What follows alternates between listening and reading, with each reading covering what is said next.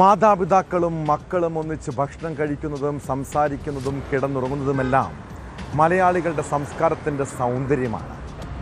മക്കൾ തിരിച്ചറിവാകുന്ന പ്രായം വരെയും അച്ഛനമ്മമാർക്കൊപ്പമാകും രാത്രിയിൽ കിടന്നുറങ്ങുന്നതല്ലേ. കുട്ടികൾ ഉറങ്ങിക്കഴിയുമ്പോഴാണ് ഭാര്യാഭർത്താക്കന്മാരുടെ സ്വകാര്യ നിമിഷങ്ങൾ. ഇതുപോലുള്ള പങ്കുവെക്കലാണ് നമ്മുടെ കുടുംബജീവിതത്തെ കൂടുതൽ മനോഹരമാക്കുന്നത്. എന്നാൽ ദമ്പതികൾ ശാരീരിക ബന്ധത്തിൽ ഏർപ്പെടുമ്പോൾ കുഞ്ഞുങ്ങൾ ഉറങ്ങിയിട്ടുണ്ടോ എന്ന് നിങ്ങൾ ശ്രദ്ധിക്കാറുണ്ടോ? സ്ത്രീകൾ ഇക്കാര്യത്തിൽ പൊതുവെ ജാഗ്രത പുലർത്തുന്നവരാണ്. എന്നാൽ ചില പുരുഷന്മാരുണ്ട്, മക്കളുടെ മുന്നിൽ പോലും ലൈംഗിക വൈകൃതം കാട്ടുന്നു. കുട്ടികളുടെ സാന്നിധ്യം അവർക്ക് ശല്യമായിരിക്കും. തിരുവനന്തപുരം നെയ്യാറ്റിൻകരയിൽ 1 വയസ്സുള്ള സ്വന്തം മകനെ പിതാവ് കൊലപ്പെടുത്തിയത് ഭാര്യയുമായി ലൈംഗിക ബന്ധത്തിൽ ഏർപ്പെട്ടപ്പോൾ കുഞ്ഞ് കരഞ്ഞതിൻ്റെ പ്രകോപനത്തിലാണ്. മലപ്പുറം തിരൂരിൽ 13 വയസ്സുള്ള സ്വന്തം മകളെ പീഡിപ്പിച്ച ശേഷം സുഹൃത്തിന് കാഴ്ചവെച്ച മറ്റൊരു വെറുക്കപ്പെട്ട മനുഷ്യനെക്കുറിച്ചും കേട്ടു. ആ വാർത്തയിലേക്കാണ് പോലീസ് പെട്രോൾ ആദ്യം പോകുന്നത്. സ്വാഗതം.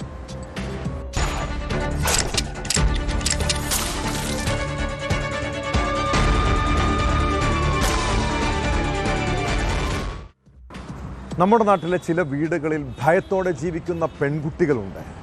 സ്വന്തം അച്ഛൻ്റെ സ്പർശനവും നോട്ടവും അവർക്ക് പേടിയാണ്.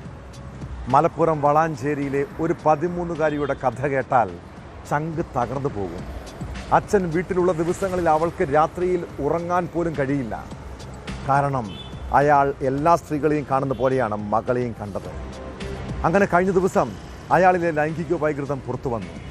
13 വയസ്സുള്ള സ്വന്തം മകളെ പീഡിപ്പിച്ച കേസിൽ അച്ഛൻ പിടിയിലായതോടെ കേട്ടത് ഞെട്ടിപ്പിക്കുന്ന കഥകളാണ്. പ്രതി മകളെ സുഹൃത്തിനും കാഴ്ചവെച്ചു. കേസിൽ 2 പേരെയും പോലീസ് അറസ്റ്റ് ചെയ്തിട്ടുണ്ട്.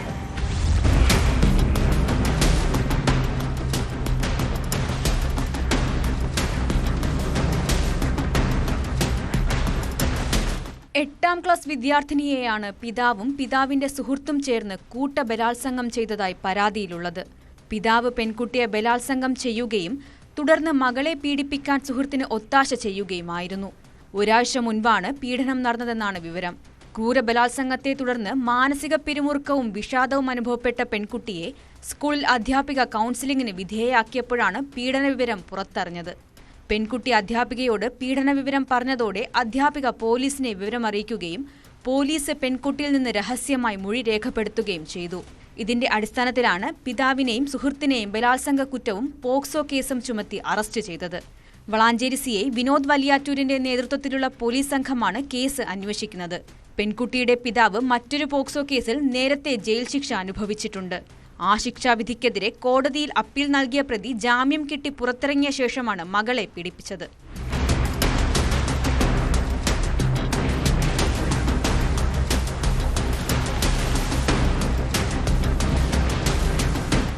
ന്യൂസ് 18 തിരൂർ. ഭാര്യയുമായുള്ള ലൈംഗിക ബന്ധത്തിന് തടസ്സമായതിന് കുഞ്ഞിനെ കൊലപ്പെടുത്തിയ പിതാവ്. ഇത്രയും ദുഷ്ടത നിറഞ്ഞ വൈകൃതമുള്ള മനുഷ്യരുണ്ടെന്ന് കേൾക്കുമ്പോൾ ഉള്ളുലയുന്നുണ്ടല്ലേ. തിരുവനന്തപുരം നെയ്യാറ്റിൻകരയിൽ 1 വയസ്സുള്ള സ്വന്തം മകനെ കൈമുട്ടുകൊണ്ട് ആഞ്ഞടിച്ച് കൊലപ്പെടുത്തിയ യുവാവ് ലൈംഗിക വൈകൃതമുള്ള വ്യക്തിയെന്നാണ് വിവരം. പ്രതി ഷിജിൽ നിരവധി സെക്സ് ചാറ്റ് ആപ്പുകളിൽ അംഗമാണെന്നും ഒട്ടേറെ സ്ത്രീകളുമായി ബന്ധമുണ്ടെന്നും പോലീസ് പറയുന്നു. സംശയരോഗവും ലൈംഗികാസക്തിയുമാണ് പ്രതിയെ ക്രൂരകൃത്യത്തിന് പ്രേരിപ്പിച്ചതെന്നാണ് കണ്ടെത്തൽ.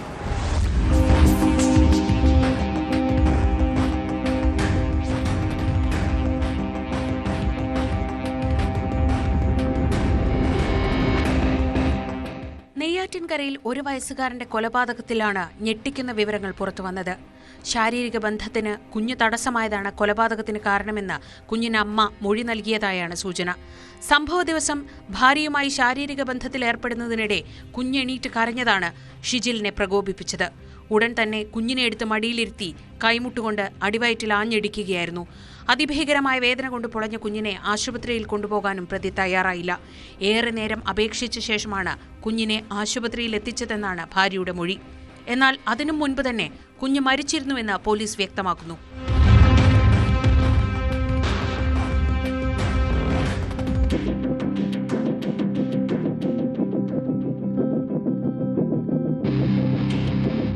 ഷിജിൽ നിരവധി സെക്സ് ചാറ്റ് ആപ്പുകളിൽ അംഗമാണെന്നും ഒട്ടേറെ സ്ത്രീകളുമായി ഇയാൾക്ക് ബന്ധമുണ്ടെന്നും പോലീസ് സംശയിക്കുന്നു.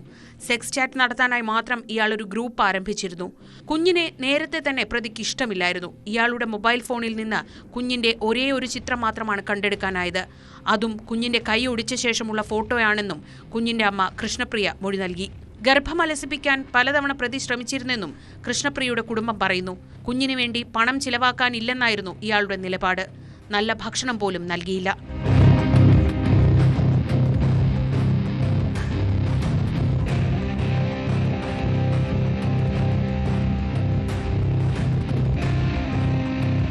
കുഞ്ഞിന്റെ പിതൃത്വത്തിൽ സംശയമുണ്ടായിരുന്ന ഷിജിൽ കുഞ്ഞിനെ ഇടയ്ക്കിടെ ഉപദ്രവിക്കാറുണ്ടായിരുന്നതായി റിമാൻഡ് റിപ്പോർട്ടിൽ പറയുന്നു. 1 വയസ്സുകാരനെ കൊലപ്പെടുത്തിയ കേസിൽ അറസ്റ്റിലായ അച്ഛൻ ഷിജിലും കുടുംബവും സ്ത്രീധനത്തിന്റെ പേരിൽ ഭാര്യയെ ഉപദ്രവിച്ചിരുന്നതായി കൃഷ്ണപ്രിയയുടെ കുടുംബം ആരോപിച്ചു. ഇഹാന്റെ കൊലപാതകത്തിൽ ഷിജിലിനെ നെയ്യാറ്റിൻകര കോടതി 14 ദിവസത്തേക്ക് റിമാൻഡ് ചെയ്തു.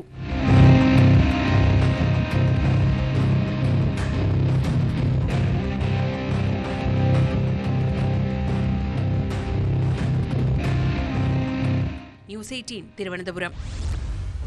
പുരോഹിതന്മാരെയും കന്യാസ്ത്രീകളെയും ഏറെ ബഹുമാനിക്കുകയും ആദരിക്കുകയും ചെയ്യുന്നവരാണ് നമ്മൾ. പ്രത്യേകിച്ച് ഈ സമൂഹത്തിൽ നിരവധി പുണ്യപ്രവൃത്തികൾ ചെയ്യുന്ന കന്യാസ്ത്രീകളെ ദുഷിച്ച കണ്ണോടെ നോക്കാൻ ആർക്കെങ്കിലും സാധിക്കുമോ? എന്നാൽ കോട്ടയം ചങ്ങനാശ്ശേരിയിൽ നിന്ന് കേട്ടത് ഞെട്ടിപ്പിക്കുന്ന വാർത്തയാണ്. ചങ്ങനാശ്ശേരി ചെത്തിപ്പുഴയിലെ സ്വകാര്യ ആശുപത്രിയിൽ കന്യാസ്ത്രീക്ക് നേരെ ലൈംഗിക അതിക്രമം. ആശുപത്രിയിലെ HR മാനേജർ പൊൻകുന്നം സ്വദേശി ജോസഫ് തോമസിനെ പോലീസ് അറസ്റ്റ് ചെയ്തു. വീഡിയോ കോളിൽ വരണമെന്ന് ആവശ്യപ്പെട്ട് ഭീഷണിപ്പെടുത്തി ഇയാൾ പീഡിപ്പിക്കാൻ ശ്രമിച്ചെന്നാണ് പരാതി.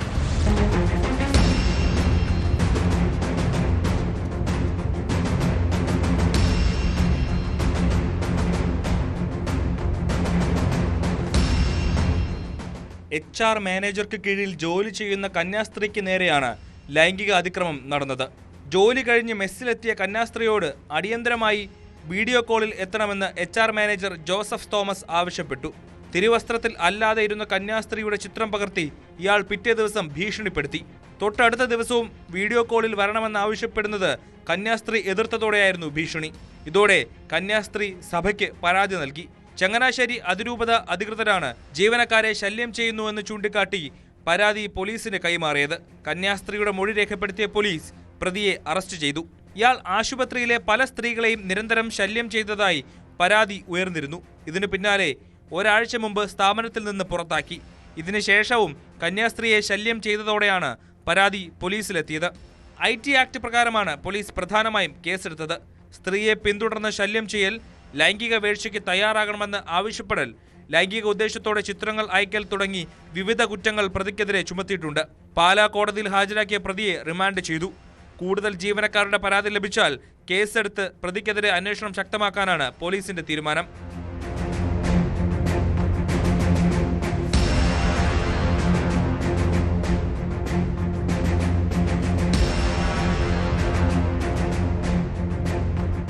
ന്യൂസ് 18 കോട്ടയം. അവരോട് ചോദിച്ചാൽ അറിയാം ആ സങ്കടം. എന്നാൽ കുട്ടികൾ ഒരു ബാധ്യതയായി കരുതുന്ന, അവരെ നശിപ്പിക്കാനും കൊലപ്പെടുത്താനും മടിക്കാത്ത മനുഷ്യരുമുണ്ടെന്നേ ഇവിടെ. പത്തനംതിട്ട തിരുവല്ലയിൽ നവജാത ശിശുവിനെ ഉപേക്ഷിച്ച നിലയിൽ കണ്ടെത്തിയ സംഭവത്തെക്കുറിച്ചാണ് പറഞ്ഞു വരുന്നത്. തിരുവല്ല കുറ്റൂർ റെയിൽവേ ക്രോസിന് സമീപമുള്ള വീടിനോട് ചേർന്നുള്ള ചായക്കടയ്ക്ക് മുന്നിലാണ് കുഞ്ഞിനെ ഉപേക്ഷിച്ചത്. കടയുടമ വിവരം അറിയിച്ചതിനെ തുടർന്ന് പോലീസ് എത്തി കുഞ്ഞിനെ തിരുവല്ല താലൂക്ക് ആശുപത്രിയിലേക്ക് മാറ്റിയിട്ടുണ്ട്.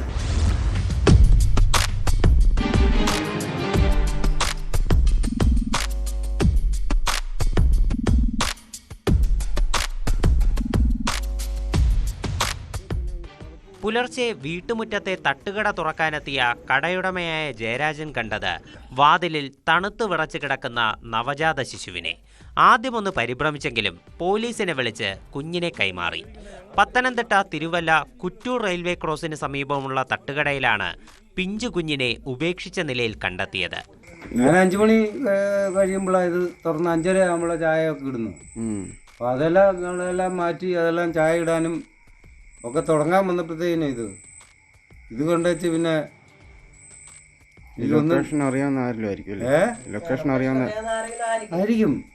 വല്ലാതെ തണുത്ത് വിറയ്ക്കുന്നുണ്ടായിരുന്നു ആ കുഞ്ഞ്. പിന്നെ പെട്ടെന്ന് തന്നെ ഞങ്ങളൊരു തുണി എൻ്റെ ദേഹത്തിട്ടു. അപ്പുറത്ത് കൊച്ചുമോനെ വിളിച്ചു, എല്ലാവരെയും വിളിച്ചു, എല്ലാവരും ഇറങ്ങി വന്നു.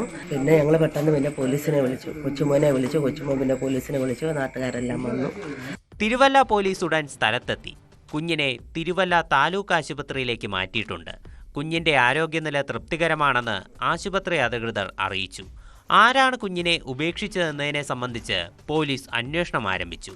പ്രദേശത്തെ CCTV ദൃശ്യങ്ങൾ കേന്ദ്രീകരിച്ചാണ് അന്വേഷണം നടക്കുന്നത്.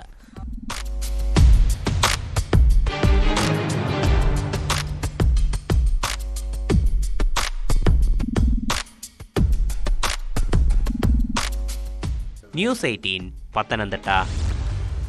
അച്ഛനും അമ്മയും ഇല്ലാത്ത കുട്ടികളുടെ ബാല്യകാലത്തെക്കുറിച്ച് നമുക്ക് ചിന്തിക്കാൻ കഴിയുമോ? നമ്മുടെ നാട്ടിലെ ചിൽഡ്രൻസ് ഹോമുകളിൽ ചെറുപ്പത്തിൽ ഉപേക്ഷിക്കപ്പെട്ട നിരവധി കുഞ്ഞുമക്കളുണ്ട്. കഴിഞ്ഞ ദിവസം പെരുമ്പാവൂർ പുല്ലുവഴിയിലുള്ള ചിൽഡ്രൻസ് ഹോമിൽ ഒരു 2 വയസ്സുകാരനെ എത്തിച്ചു.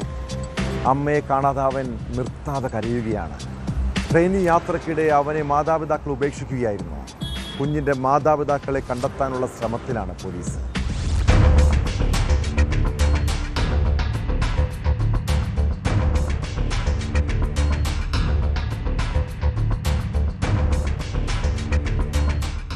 പൂനെയിൽ നിന്ന് എറണാകുളത്തേക്ക് വരികയായിരുന്ന ട്രെയിൻ തൃശ്ശൂരിലെത്തിയപ്പോഴാണ് സീറ്റിൽ ഒറ്റയ്ക്ക് ഒരു കുട്ടിയെ കണ്ടെത്തിയത്. പിന്നീട് ശിശുക്ഷേമ സമിതിക്ക് കൈമാറി. ശിശുക്ഷേമ സമിതി റെയിൽവേ പോലീസിന് നൽകിയ പരാതിയുടെ അടിസ്ഥാനത്തിൽ കേരളത്തിലെമ്പാടുമുള്ള പോലീസ് സ്റ്റേഷനിലേക്ക് കുട്ടിയുടെ ഫോട്ടോ ഉൾപ്പെടെ വിവരം നൽകുകയായിരുന്നു. ഇതുവരെ കുട്ടിയെ കാണാതായെന്ന് എവിടെയും പരാതി എത്തിയിട്ടില്ല. അതുകൊണ്ട് തന്നെ കുട്ടിയെ ആസൂത്രിതമായി ഉപേക്ഷിച്ചതാണെന്നാണ് പോലീസിന്റെ നിഗമനം. കുട്ടിയെ ട്രെയിനിലിരുത്തി മാതാപിതാക്കളെന്ന് കരുതുന്നവർ വെള്ളം വാങ്ങാനെന്ന വ്യാജേന പുറത്തിറങ്ങിയെന്നാണ് സൂചന. ട്രെയിൻ പുറപ്പെട്ടപ്പോഴും ഇവർ കയറിയില്ല. കുട്ടി തനിച്ചിരിക്കുന്നത് ശ്രദ്ധയിൽപ്പെട്ട 2 യാത്രക്കാർ ആലുവയിലിറങ്ങി കുട്ടിയെ RPFന് ഏൽപ്പിക്കുകയായിരുന്നു. RPFുകാർ അറിയിച്ചതനുസരിച്ച് ചൈൽഡ് ലൈൻ എത്തുകയും കുട്ടിയെ ചൈൽഡ് വെൽഫെയർ കമ്മിറ്റിയുടെ സംരക്ഷണയിൽ വിടുകയും ചെയ്തു. പെരുമ്പാവൂർ പുല്ലുവഴിയിലുള്ള ചിൽഡ്രൻസ് ഹോമിലാണ് കുട്ടി ഇപ്പോഴുള്ളത്. സംഭവത്തിൽ എറണാകുളം റെയിൽവേ പോലീസ് കേസെടുത്തു. 2 വയസ്സ് മാത്രം തോന്നിക്കുന്ന കുട്ടി കഷ്ടിച്ചാണ് സംസാരിക്കുന്നത്. ചിൽഡ്രൻസ് ഹോമിലെ ആയമാർ സംസാരിച്ചതിൽ നിന്ന് അമ്മ എന്ന വാക്ക് കുട്ടി പറഞ്ഞതായി സൂചനയുണ്ട്. കുട്ടി മലയാളിയോ അല്ലെങ്കിൽ ഒഡീഷ സ്വദേശിയോ ആവാമെന്നാണ് അധികൃതർ സംശയിക്കുന്നത്. മാതാപിതാക്കൾക്കായി അന്വേഷണം ഊർജിതമാക്കിയിരിക്കുകയാണെന്നും തൃശൂർ റെയിൽവേ സ്റ്റേഷനിലെ CCTV ദൃശ്യങ്ങൾ ഉൾപ്പെടെ പരിശോധിക്കുന്നുണ്ടെന്നും റെയിൽവേ പോലീസ് അറിയിച്ചു.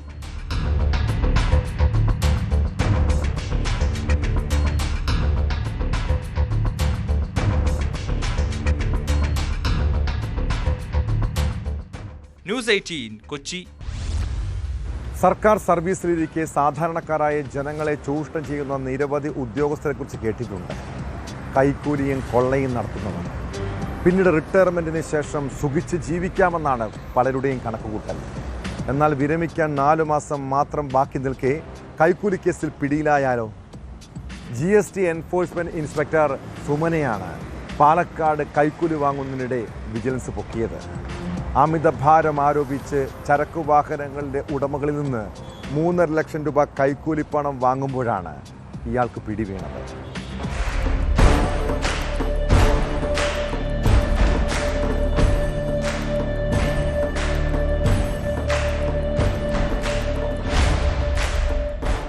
രണ്ടാഴ്ച മുൻപ് സ്ക്രാപ്പ് കയറ്റി വന്ന 2 വാഹനങ്ങൾ GST ഇന്റലിജൻസ് ഓഫീസറായ സുമന്റെ നേതൃത്വത്തിലുള്ള ഇന്റലിജൻസ് സ്ക്വാഡ് പരിശോധനയ്ക്കിടെ പിടികൂടിയിരുന്നു. അമിതഭാരം ആരോപിച്ചാണ് വാഹനങ്ങൾ കസ്റ്റഡിയിലെടുത്തത്. ഇതിന് പിഴയും ചുമത്തി. പിഴ ഒഴിവാക്കാൻ GST ഇന്റലിജൻസ് ഉദ്യോഗസ്ഥൻ കൈക്കൂലി ആവശ്യപ്പെട്ടു. സുമൻ കൈക്കൂലിയായി ചോദിച്ചത് 4 ലക്ഷം രൂപയാണ്. തുടർന്ന് 3.5 ലക്ഷം രൂപ പറഞ്ഞുറപ്പിക്കുകയായിരുന്നു. ഇത് വാങ്ങാൻ ഉച്ചയോടെ പുതുശ്ശേരി കുരുടിക്കാട് വെച്ചൊരുങ്ങുമ്പോഴാണ് ലോറിക്കാരുടെ വേഷത്തിലെത്തിയ വിജിലൻസ് ടീം സുമനെ വളഞ്ഞിട്ട് പിടികൂടിയത്. വിജിലൻസ് പിടിക്കുമ്പോൾ ഇയാളുടെ കൈവശം കൈക്കൂലിയായി വാങ്ങിയ 50,000 രൂപയും ഉണ്ടായിരുന്നു. ഇയാളുടെ വീട്ടിലും വിജിലൻസ് പരിശോധന നടക്കുന്നുണ്ട്. ഇതിനു മുൻപും സുമൻ കൈക്കൂലി വാങ്ങിയിട്ടുണ്ടെന്നാണ് സൂചന. ഇയാളെക്കുറിച്ച് മുൻപും നിരവധി പരാതികൾ ഉയർന്നിരുന്നു. മെയ് മാസം റിട്ടയർ ചെയ്യാനിരിക്കെയാണ് സുമൻ കൈക്കൂലി കേസിൽ അറസ്റ്റിലാകുന്നത്.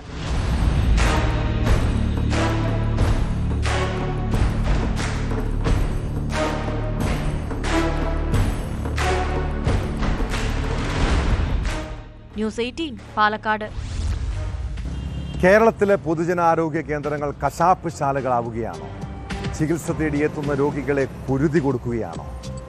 തിരുവനന്തപുരം കൊല്ലങ്കോണം സ്വദേശി ബിസ്മീർ എന്ന യുവാവ് ശ്വാസതടസ്സത്തെ തുടർന്നാണ് വിളപ്പിൽശാല കമ്മ്യൂണിറ്റി ഹെൽത്ത് സെൻ്ററിൽ രാത്രിയിൽ ചികിത്സ തേടിയെത്തിയത്. മനസ്സാക്ഷിയുള്ള ഒരാൾക്കും കണ്ടു നിൽക്കാനാവാത്ത കാഴ്ച. എന്നാൽ ആശുപത്രിയിലെ ജീവനക്കാർക്ക് ഒരു മനുഷ്യൻ്റെ ജീവനേക്കാൾ വലുത് അവരുടെ ഉറക്കമായിരുന്നു. രോഗി അവിടെ എത്തിയപ്പോൾ ആശുപത്രിയുടെ പ്രവേശന കവാടം പൂട്ടിയ നിലയിൽ. ചികിത്സ വൈകുന്നതിനെ തുടർന്ന് യുവാവ് മരിച്ച സംഭവത്തിൽ വിളപ്പിൽശാല കമ്മ്യൂണിറ്റി ഹെൽത്ത് സെൻ്ററിനെതിരെ ഗുരുതര ആരോപണമാണ് ഉയരുന്നത്.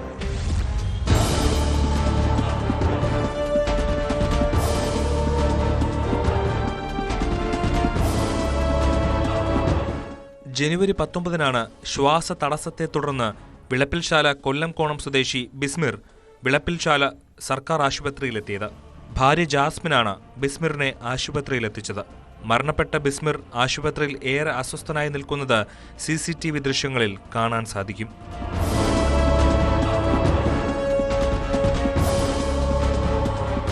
ആശുപത്രിയിൽ വാതിലുകളെല്ലാം അടച്ചിട്ടിരിക്കുകയായിരുന്നുവെന്നും നിരവധി തവണ വിളിച്ചതിനും കോളിംഗ് ബെൽ അടിച്ചതിനും ശേഷമാണ് ഡോക്ടർ പുറത്തേക്ക് വന്നതെന്നുമാണ് പരാതിയിൽ പറയുന്നത്.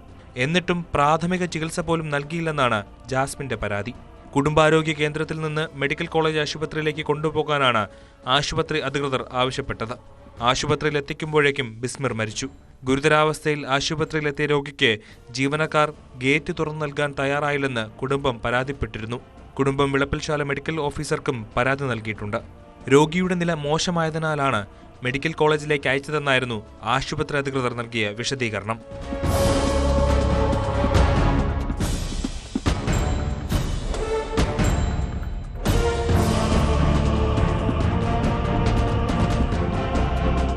ന്യൂസ് 18 തിരുവനന്തപുരം.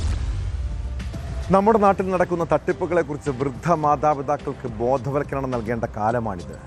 കാരണം അവരെ പറ്റിക്കാൻ വളരെ എളുപ്പമാണ്. പ്രത്യേകിച്ച് സൈബർ തട്ടിപ്പുകളെപ്പറ്റി അവർക്കത്ര അറിവുണ്ടോ എന്ന് സംശയമുണ്ട്. ഈ അടുത്തിടെ ഓൺലൈൻ തട്ടിപ്പിന് ഇരകളാകുന്നവരിൽ കൂടുതലും വയോധികരാണ്. കണ്ണൂർ തലശ്ശേരി സ്വദേശിയായ വയോധികനെ ഡിജിറ്റൽ അറസ്റ്റിൻ്റെ പേരിൽ കബളിപ്പിച്ച ഒരു വാർത്ത പരിശോധിക്കാം. സാമ്പത്തിക കുറ്റകൃത്യം ആരോപിച്ച് ഡിജിറ്റൽ അറസ്റ്റ് ചെയ്ത് 45 ലക്ഷം രൂപ തട്ടിയെടുത്തെന്നാണ് പരാതി. സംഭവത്തിൽ സൈബർ പോലീസ് കേസെടുത്ത് അന്വേഷണം ആരംഭിച്ചു.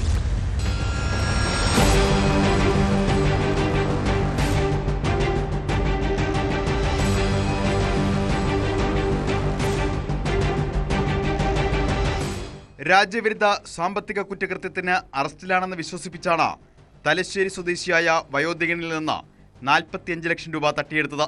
ബാങ്ക് അക്കൗണ്ട് വഴി അനധികൃത സാമ്പത്തിക ഇടപാടുകൾ നടത്തിയതിന് കേസെടുത്തെന്നും താങ്കൾ ഡിജിറ്റൽ അറസ്റ്റിലാണെന്നും സൈബർ തട്ടിപ്പ് സംഘം പറഞ്ഞു. കഴിഞ്ഞ ഡിസംബർ മുതൽ ജനുവരി 7 വരെയുള്ള കാലയളവിൽ പ്രതികൾ വാട്സാപ്പ് വഴി തലശ്ശേരി സ്വദേശിയെ ബന്ധപ്പെട്ടാണ് ഭീഷണി മുഴക്കിയത്. പരാതിക്കാരന്റെ പേരിൽ ഒരു സിം കാർഡ് രജിസ്റ്റർ ചെയ്തിട്ടുണ്ടെന്നും പ്രസ്തുത സിം കാർഡ് ഉപയോഗിച്ച് മുംബൈ കനറ ബാങ്കിൽ അക്കൗണ്ട് ഓപ്പൺ ചെയ്തിട്ടുണ്ടെന്നും വിശ്വസിപ്പിച്ചു. പിന്നാലെ നിങ്ങൾ ഡിജിറ്റൽ അറസ്റ്റിലാണെന്ന് കാണിച്ച വാറന്റും മറ്റും വാട്സാപ്പിൽ അയച്ചു കൊടുത്തു. അറസ്റ്റ് ചെയ്യാതിരിക്കണമെങ്കിൽ ബാങ്കിലുള്ള പണം മുഴുവൻ സർക്കാർ നിയന്ത്രണത്തിലുള്ള അക്കൗണ്ടിലേക്ക് മാറ്റണമെന്ന് പറഞ്ഞു. ജനുവരി 7-ന് പരാതിക്കാരന്റെ ബാങ്ക് അക്കൗണ്ടിൽ നിന്ന് പ്രതികൾ അയച്ചു നൽകിയ ബാങ്ക് അക്കൗണ്ടിലേക്ക് 45 ലക്ഷം രൂപ അയപ്പിച്ച് പണം തട്ടിയെടുത്തു. തട്ടിപ്പാണെന്ന് തിരിച്ചറിഞ്ഞതോടെ വയോധികൻ പോലീസിൽ പരാതി നൽകുകയായിരുന്നു. സംഭവത്തിൽ കണ്ണൂർ സൈബർ പോലീസ് കേസെടുത്തു. വടക്കേ ഇന്ത്യ കേന്ദ്രീകരിച്ചുള്ള വൻ സംഘമാണ് തട്ടിപ്പിന് പിന്നിലെന്നാണ് സൂചന. ഇതിൽ മലയാളികളുടെ പങ്കും അന്വേഷിക്കുന്നുണ്ട്.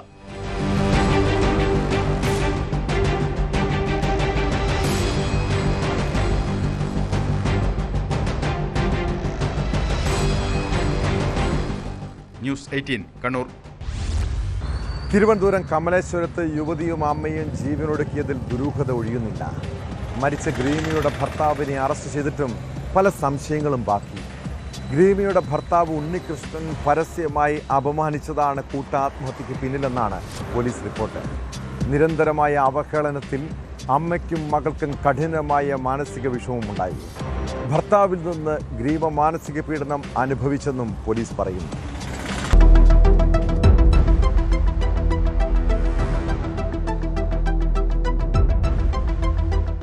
മരിക്കുന്നതിന് ദിവസങ്ങൾക്ക് മുൻപും ഭർത്താവ് ഉണ്ണികൃഷ്ണൻ ഗ്രീമയെ പരസ്യമായി അപമാനിച്ചു.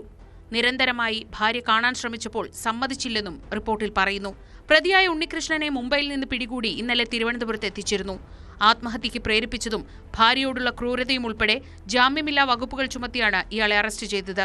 മജിസ്ട്രേറ്റിന് മുന്നിൽ ഹാജരാക്കിയ പ്രതിയെ റിമാൻഡ് ചെയ്തു. പൂന്തറ പോലീസാണ് കേസിൽ അന്വേഷണം നടത്തുന്നത്. ഇരുവരുടെയും ആത്മഹത്യയ്ക്ക് പിന്നാലെ കണ്ടെടുത്ത കുറിപ്പിൽ ഉണ്ണികൃഷ്ണനെക്കുറിച്ച് ഗുരുതരമായ ആരോപണങ്ങളാണ് ഉണ്ടായിരുന്നത്. ഇതോടെ അയർലൻഡിലേക്ക് കടക്കാൻ ശ്രമിക്കുന്നതിനിടെയാണ് മുംബൈ പോലീസ് എയർപോർട്ടിൽ വെച്ച് ഇയാളെ പിടികൂടിയത്.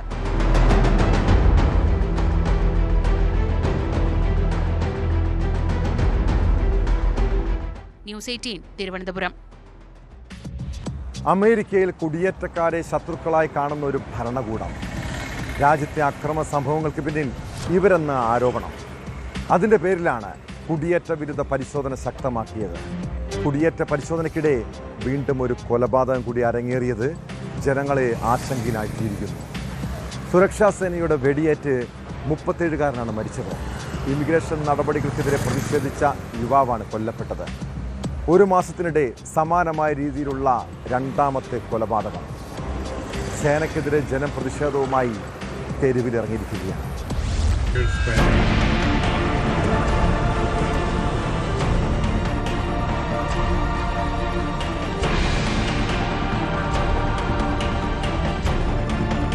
യുഎസിന്റെ ചരിത്രത്തിലെ ഏറ്റവും വലിയ ഇമിഗ്രേഷൻ നടപടികൾ എന്ന പേരിലാണ് അനധികൃത കുടിയേറ്റക്കാരെ നാടുകടത്താനുള്ള നീക്കം ട്രംപ് ഭരണകൂടം ആരംഭിച്ചത്. ഇതിന്റെ ഭാഗമായി കഴിഞ്ഞ ഏതാനും മാസങ്ങളായി വിവിധ നഗരങ്ങളിൽ ഹോംലാൻഡ് സെക്യൂരിറ്റി ഫോഴ്സിന്റെ പരിശോധനകൾ വ്യാപകമാക്കിയിരുന്നു. കുടിയേറ്റ പരിശോധനകൾക്കെതിരെ പ്രതിഷേധമുയർത്തുന്നതിനിടെയാണ് മിനിയോപോളിസ് നഗരത്തിൽ 37-കാരനായ യുവാവ് കൊല്ലപ്പെട്ടത്.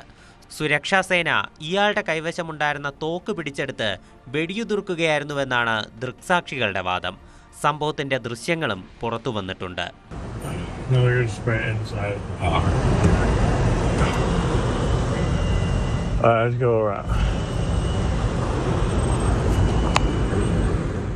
ICU നഴ്സായിരുന്ന അലക്സ് ജെഫ്രി പ്രെറ്റിയാണ് മരിച്ചത്. ഇയാൾ US പൗരനാണ്. സംഭവത്തിന് പിന്നാലെ ജനങ്ങൾ സേനയ്ക്കെതിരെ പ്രതിഷേധവുമായി തെരുവിലിറങ്ങി. ആയുധധാരികളായ ഉദ്യോഗസ്ഥരെ നഗരത്തിൽ നിന്ന് പിൻവലിക്കണമെന്നാണ് ആവശ്യം. പ്രതിഷേധക്കാരെ പോലീസ് കണ്ണീർവാതക ഷെല്ലുകൾ ഉപയോഗിച്ച് തുരത്തി. വരും ദിവസങ്ങളിലും സമാനമായ പ്രതിഷേധങ്ങൾ തുടർന്നേക്കുമെന്നാണ് സൂചന. യുവാവിന്റെ മരണത്തിൽ മിനിയോപോളിസ് ഗവർണറായ ടീം വാട്സ് പ്രതിഷേധം രേഖപ്പെടുത്തി. സംഭവത്തിൽ വൈറ്റ് ഹൗസിനോട് വിശദീകരണം തേടുമെന്നും അദ്ദേഹം എക്സിൽ കുറിച്ചു. ഒരു മാസത്തിനിടെ US-ൽ കുടിയേറ്റ വിരുദ്ധ പരിശോധനയ്ക്കിടെ കൊല്ലപ്പെടുന്ന രണ്ടാമത്തെ ആളാണ് അലക്സ് ജെഫ്രി പ്രെറ്റി. ജനുവരി 7-ന് ഒരു യുവതിയെയും സുരക്ഷാസേന വധിച്ചിരുന്നു. അതേസമയം വിഷയത്തിൽ നാഷണൽ ഗാർഡ്സിനെ ന്യായീകരിച്ച് US പ്രസിഡന്റ് ഡൊണാൾഡ് ട്രംപ് രംഗത്തെത്തി. സേനയ്ക്ക് നേരെ കടുത്ത ആക്രമണങ്ങളാണ് നടക്കുന്നതെന്നും ഇതിനെ പ്രതിരോധിക്കുക മാത്രമാണ് അവർ ചെയ്യുന്നതെന്നുമാണ് വിശദീകരണം. US-ൽ ആകെ 12,000-ലധികം കുടിയേറ്റ ക്രിമിനലുകളുണ്ട്. ഇവരാണ് രാജ്യത്തെ അക്രമ സംഭവങ്ങൾക്ക് പിന്നിലെന്നും ട്രംപ് ആരോപിക്കുന്നു.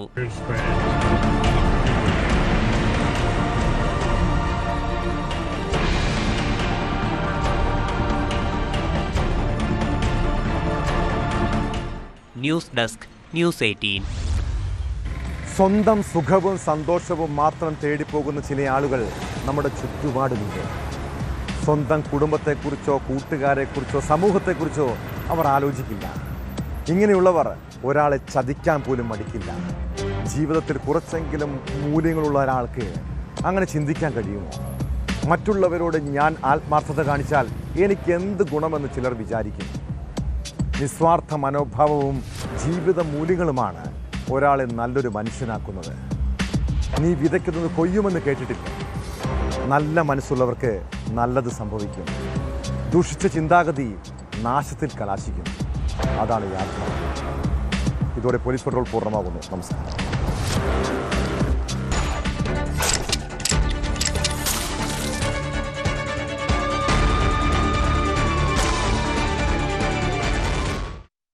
ഇറാനിലെ തെരുവുകളിൽ അടുത്തിടെ ആഞ്ഞടിച്ച പ്രതിഷേധങ്ങളുടെയും അതിനെ തുടർന്നുണ്ടായ രക്തരൂക്ഷിതമായ അടിച്ചമർത്തലുകളുടെയും ഞെട്ടിക്കുന്ന വിവരങ്ങൾ ഔദ്യോഗികമായി പുറത്തു വരുമ്പോൾ ലോകം ഭീതിയോടെയാണ് ആ കണക്കുകളെ നോക്കിക്കാണുന്നത്.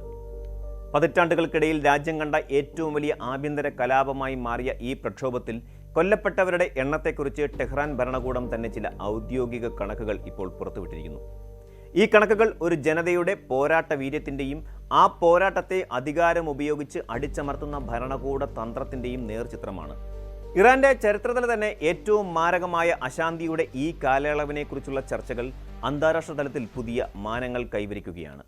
പ്രതിഷേധങ്ങൾ പൊട്ടിപ്പുറപ്പെട്ടത് സാമ്പത്തിക പരാധീനതകളിൽ നിന്നാണെങ്കിലും അത് വളരെ വേഗത്തിൽ രാഷ്ട്രീയ മാറ്റത്തിനും ഭരണകൂട വിരുദ്ധ വിപ്ലവത്തിനുമുള്ള മുറവിളിയായി പരിണമിക്കുകയായിരുന്നു.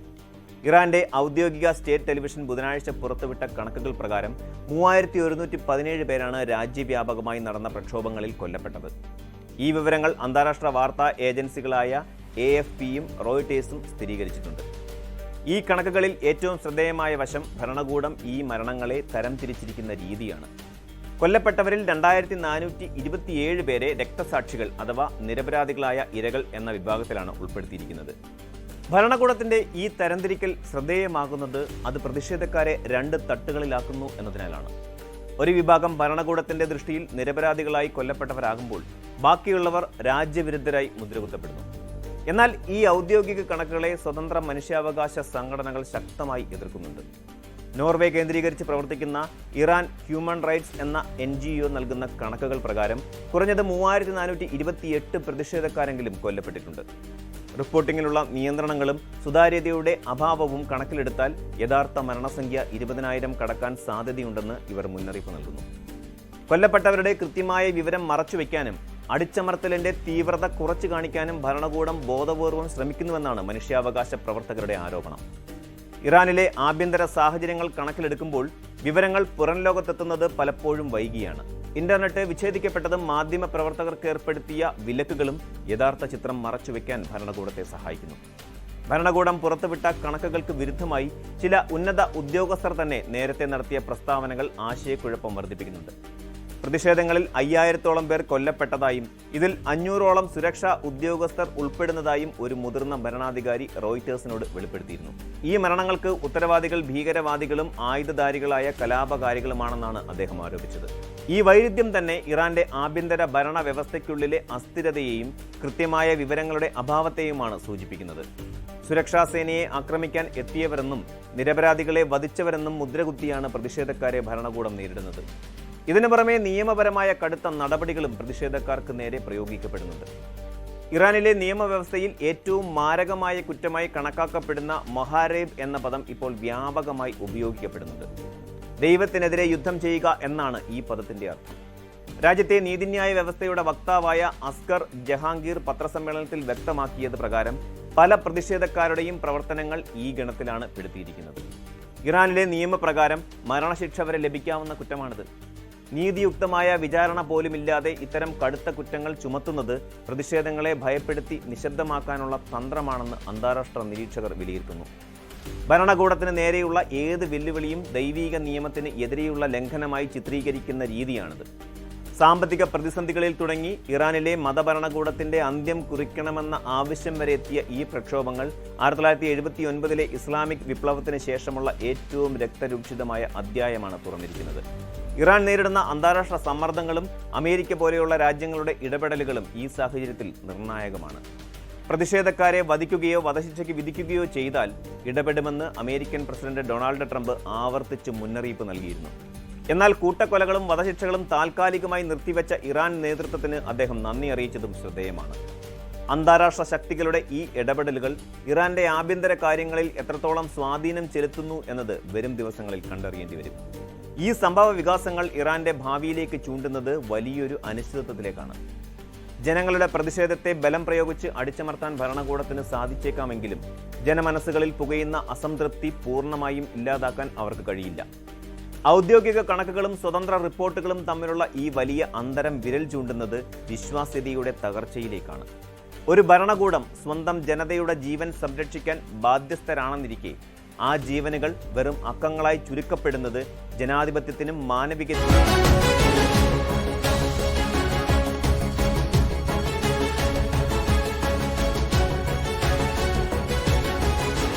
മന്ത്രി VN വാസവനാണ് ഇന്ന് ന്യൂസ് 18 കേരളത്തോടൊപ്പം ചേരുന്നത്.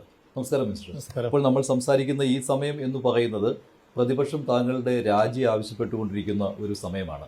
അതിനൊരു ന്യായീകരണം എന്ന് പറയുന്നത് ഈ കഴിഞ്ഞ വർഷവും ഇങ്ങനെ സ്വർണ്ണപ്പാളികൾ ശബരിമലയിൽ നിന്ന് അറ്റകുറ്റപ്പണികൾക്ക് വേണ്ടി കൊണ്ടുപോയപ്പോൾ അത് സംശയകരമാണെന്ന് ഹൈക്കോടതി തന്നെ വിലയിരുത്തിയിട്ടുള്ളതാണ്. എന്നിട്ടും എങ്ങനെയാണ് അതിനെ പ്രതിരോധിക്കുവാൻ സാധിക്കുന്നത്? അതിൻ്റെ ആവശ്യമില്ല, രാജിയുടെ ആവശ്യമില്ല എന്ന് പറഞ്ഞുകൊണ്ട്.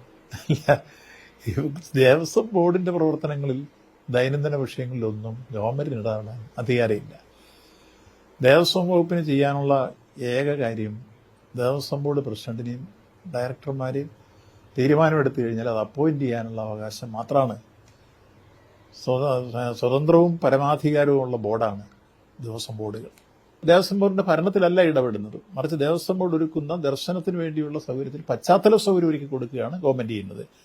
പോലീസിനെ വിന്യസിച്ച് കൊടുക്കുക, ഫയർഫോഴ്സിനെ കൊടുക്കുക, അതുപോലെ തന്നെ ഇപ്പുറത്ത് വനപാലകരെ കൊടുക്കുക, ഹെൽത്ത് ഡിപ്പാർട്ട്മെന്റ്, ഇങ്ങനെ നാനാതരത്തിലുള്ള ഡിപ്പാർട്ട്മെന്റുകളെ അവർക്ക് എല്ലാ അർത്ഥത്തിലും സഹായകരമായ സാഹചര്യം സൃഷ്ടിച്ചു കൊടുക്കുക എന്നുള്ള ധർമ്മം മാത്രമാണ്, ചുമതല മാത്രമാണ് ദേവസ്വം വകുപ്പിനുള്ളത്. ഈ ശബരിമലയിലേക്ക് ആവശ്യമായ സ്പോൺസർമാരുടെ കാര്യത്തിൽ പോലും സർക്കാർ ഇടപെടാൻ പാടില്ല. അങ്ങനെയാണെങ്കിൽ അയ്യപ്പ സംഗമത്തിൽ ചർച്ച ചെയ്തുവല്ലോ, സ്പോൺസർമാരുടെ കാര്യം പ്രധാനമായിരുന്നു. ഇല്ല, ദേവസ്വം ബോർഡാണ് ചർച്ച ചെയ്തത്, വകുപ്പല്ല ചർച്ച ചെയ്തത്. ദേവസ്വം ബോർഡാണ് ചർച്ച ചെയ്ത് അവരുമായി ആശയവിനിമയം നടത്തി ഈ കാര്യങ്ങളിലേക്ക് പോവുക. അതിന് വികസനത്തിന് വേണ്ടി ഫണ്ട് ആവശ്യപ്പെട്ടവർ വരുമ്പോൾ അനുവദിച്ചു കൊടുക്കാനുള്ള ഇടപെടൽ നമ്മൾ നടത്തും.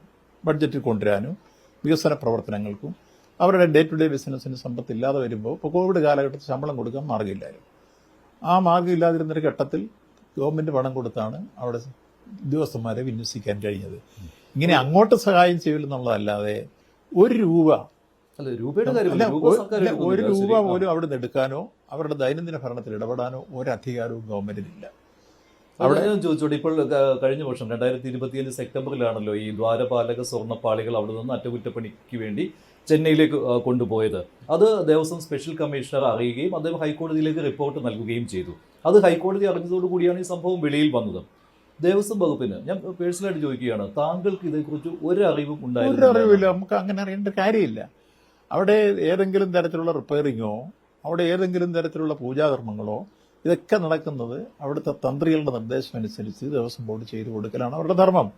അത് ഗവൺമെന്റിനെ അറിയിക്കേണ്ട ബാധ്യത അവർക്കുമില്ല, അറിയാനുള്ള അവകാശം നമുക്കുമില്ല. ഇതാണ് അതിനകത്തെ വസ്തുത. ദേവസ്വം സ്പെഷ്യൽ കമ്മീഷണർ തന്നെ അദ്ദേഹം മറ്റു വഴികളിലൂടെ അറിയിച്ചിരുന്നില്ല. അല്ല, അദ്ദേഹം കോടതി വെച്ചിട്ടുള്ള ആളാണ്. അത് ഗവൺമെന്റ് പറഞ്ഞതല്ല, അദ്ദേഹം കോടതി വെച്ചിട്ടുള്ള ആളാണ്. ഗവൺമെന്റ് ഏതെങ്കിലും കാര്യങ്ങളാണെങ്കിൽ അദ്ദേഹം അറിയിക്കേണ്ടത് ഗവൺമെന്റ് അറിയിച്ച് അത്തരം കാര്യങ്ങൾ. അത് ശരിയാണ്. പക്ഷേ എങ്കിലും അദ്ദേഹവുമായിട്ടും ഒന്നും ഒരു ആശയവിനിമയം നടത്തേണ്ട ആവശ്യമില്ല.